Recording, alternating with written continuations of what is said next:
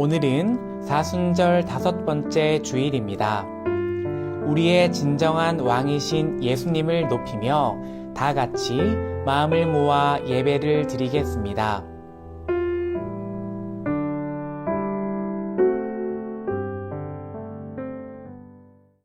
하나님은 영이시니 예배하는 자가 영과 진리로 예배할지니라.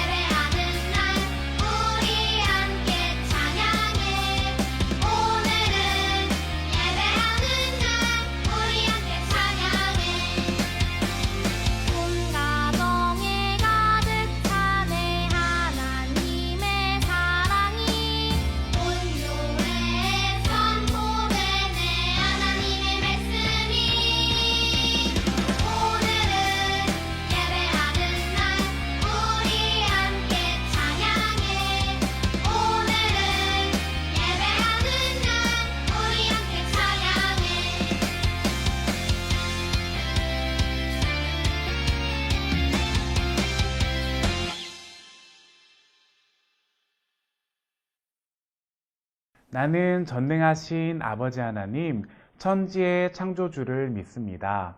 나는 그의 유일하신 아들, 우리 주 예수 그리스도를 믿습니다.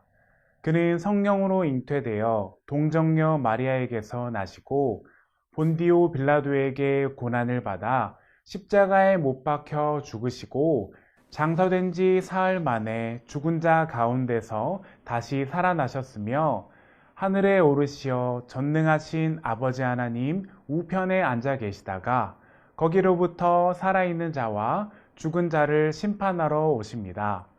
나는 성령을 믿으며 거룩한 공교회와 성도의 교제와 죄를 용서받는 것과 몸의 부활과 영생을 믿습니다. 아멘.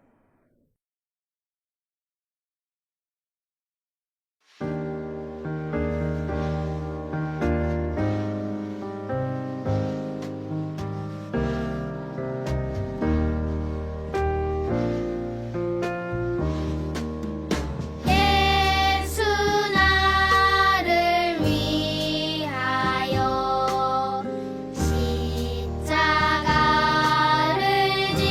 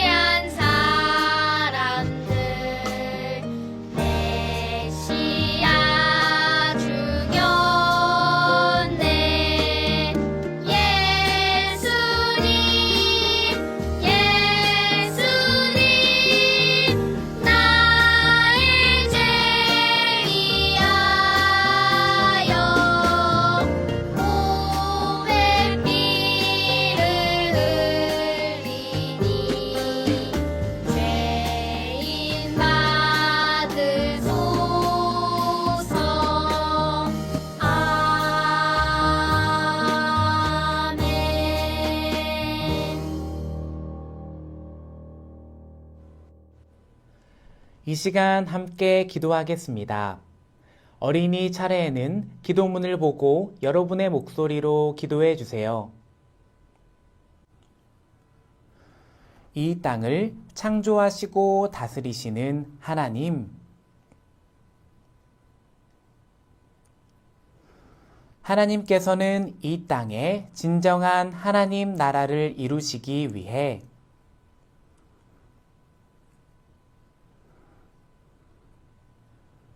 예수님만이 이 땅을 회복시키고 구원하실 그리스도라는 것을 기억하며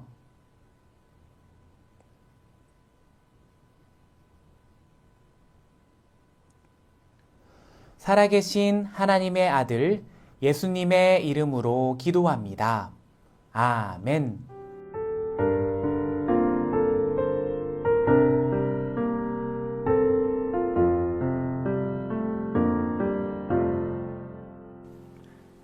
오늘 하나님께서 우리에게 주신 말씀은 마가복음 8장 31절 말씀입니다. 하나님의 말씀을 읽겠습니다. 인자가 많은 고난을 받고 장로들과 대제사장들과 서기관들에게 버린 바 되어 죽임을 당하고 사흘 만에 살아나야 할 것을 비로소 그들에게 가르치시되 아멘. 이것은 살아계신 하나님의 말씀입니다.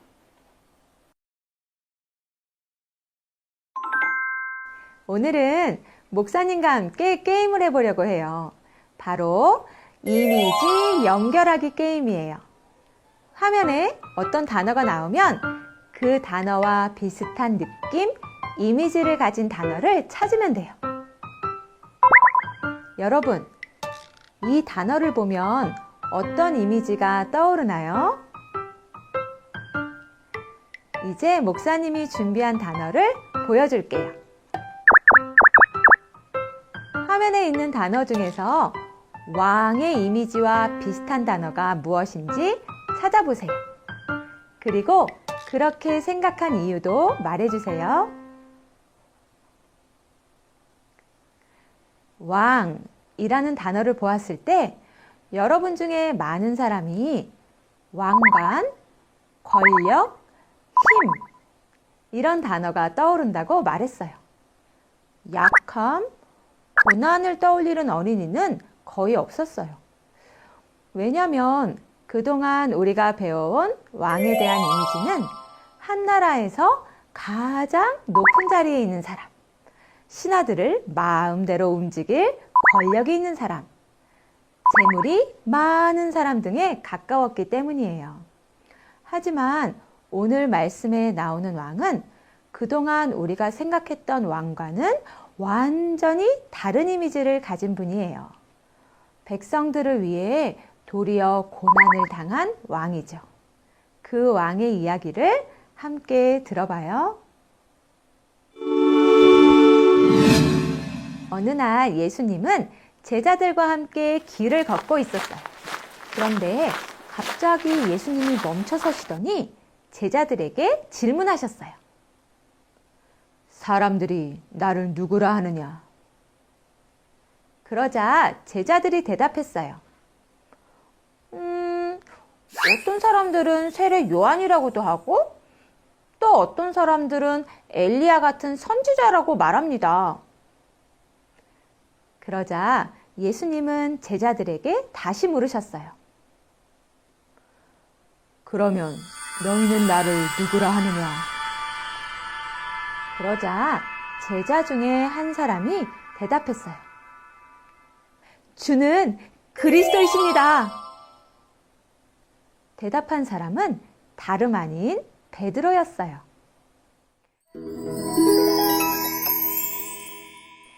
그리스도는 기름 부음을 받은 자라는 뜻이에요.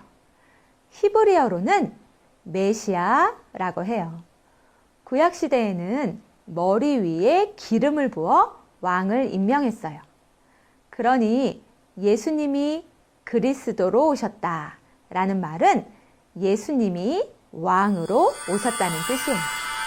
결국 베드로의 대답은 예수님이 세상을 구하기 위해 왕으로 오셨다 라고 하는 놀라운 고백이었던 거예요. 베드로는 구약의 수많은 선지자가 예언한 메시아가 예수님이라는 것을 알고 있었어요. 그래서 누구보다 먼저 예수님을 그리스도로 고백할 수 있었죠. 하지만 이런 멋진 고백을 한 베드로도 예수님이 어떤 방법으로 세상을 구원하실지 알지 못했어요. 이는 예수님의 이야기와 베드로의 대답에서 잘 드러나요. 베드로의 대답을 들은 예수님은 자신의 이야기를 아무에게도 말하지 말라고 제자들에게 경고하셨어요. 그리고 그들에게 말씀하셨죠. 나는 많은 고난을 받고 장로들과 대제사장들 그리고 율법 학자들에게 버림을 받게 된다. 그들의 손에 죽었다가 사흘 뒤에 살아날 것이다. 이 말씀은 예수님이 자신의 순환과 부활을 처음으로 제자들에게 알려주신 거예요. 말씀을 들은 베드로는 예수님을 꼭 붙들고 예수님에게 항의했어요. 절대 그런 일이 일어나서는 안 돼요. 펄쩍펄쩍 뛰며 왕으로 오신 예수님이 왜 고난을 받고 죽어야 하는지 따져 물었죠. 누군가는 어떻게 예수님에게 따져 물을 수 있는지 의아해야 할지도 몰라요. 그러나 당시 베드로로서는 당연한 반응이에요. 당시 사람들이 기대하는 왕은 모든 전쟁을 승리로 이끌고 백성들을 지킬 강인한 모습이었거든요. 모든 사람을 지켜야 할 왕이 고난을 받고 죽음에 이르다니 아무리 예수님의 말씀이라도 베드로는 받아들일 수가 없었을 거예요. 예수님은 그런 베드로를 꾸짖으며 말씀하셨어요. 사단아, 내 뒤로 물러가라. 너는 하나님의 일을 생각하지 않고 사람의 일만 생각하는구나. 베드로는 예수님의 죽음을 말도 안 되는 일이라 여겼을 뿐인데 예수님은 베드로를 사탄이라고 부르셨어요. 여러분의 생각에는 베드로의 생각이 예수님에게 사탄이라고 꾸짖음을 당할 만큼 잘못되었나요? 예수님이 베드로를 이같이 꾸짖으신 것은 베드로가 하나님의 뜻을 따르지 않았기 때문이었어요. 예수님이 고난을 받게 되는 이유는 그분이 잘못을 저지르거나 사람들에게 미움받을 만한 일을 해서가 아니에요. 하나님의 뜻이었기 때문이죠. 예수님은 자신이 받게 될 고난과 죽음이 모두 하나님의 뜻이라는 것을 알고 계셨어요. 예수님은 고난을 당하고 결국 십자가에 달려 죽으시기까지 하나님의 뜻을 이루기 위해 이 땅에 내려오셨어요. 여러분, 베드로는 분명 예수님을 그리스도라고 고백했지만 그 고백에 담긴 참된 의미를 몰랐어요. 우리에게 구원자를 약속하신 하나님의 뜻도 알지 못했죠. 예수님은 그저 전쟁을 이기기 위해 오신 이스라엘의 왕이 아니에요. 그보다 더 놀라운 하나님의 계획을 가지고 이 세상에 오신 왕이랍니다. 예수님은 모든 사람을 죄에서 구원하려는 하나님의 계획을 쫓아 십자가에 달려 죽으시고 사흘 만에 다시 살아나셨어요.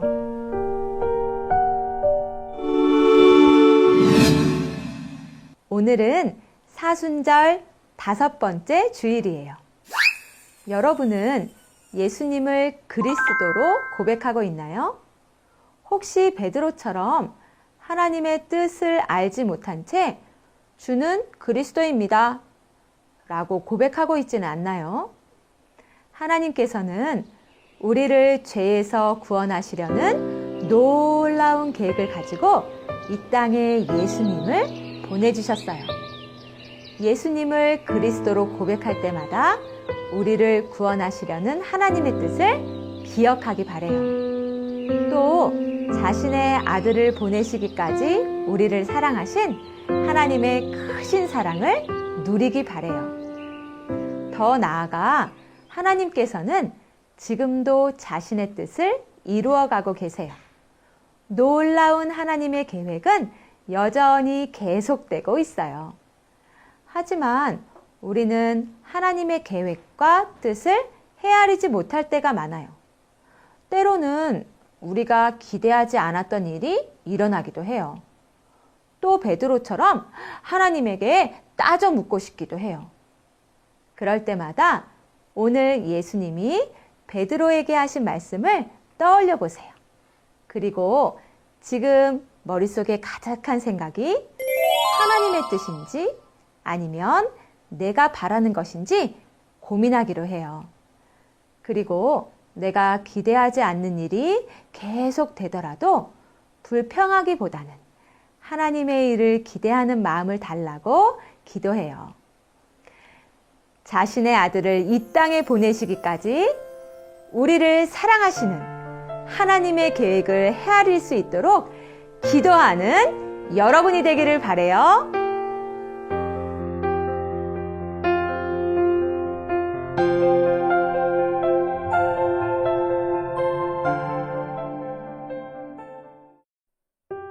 하나님, 오늘도 우리를 하나님의 말씀으로 인도해 주셔서 감사합니다.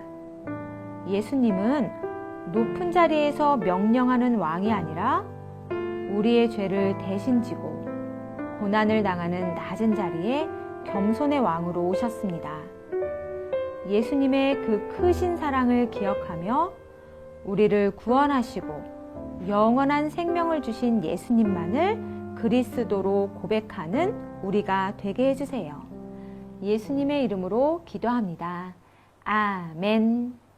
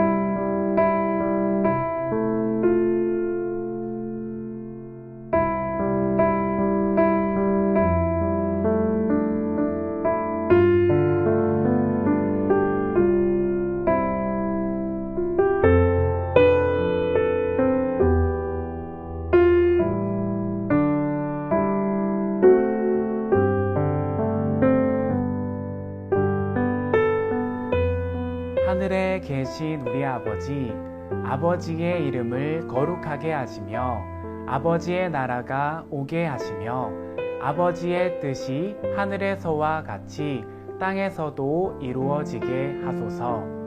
오늘 우리에게 일용할 양식을 주시고 우리가 우리에게 잘못한 사람을 용서하여 준 것 같이 우리 죄를 용서하여 주시고 우리를 시험에 빠지지 않게 하시고 악에서 구하소서. 나라와 권능과 영광이 영원히 아버지의 것입니다. 아멘.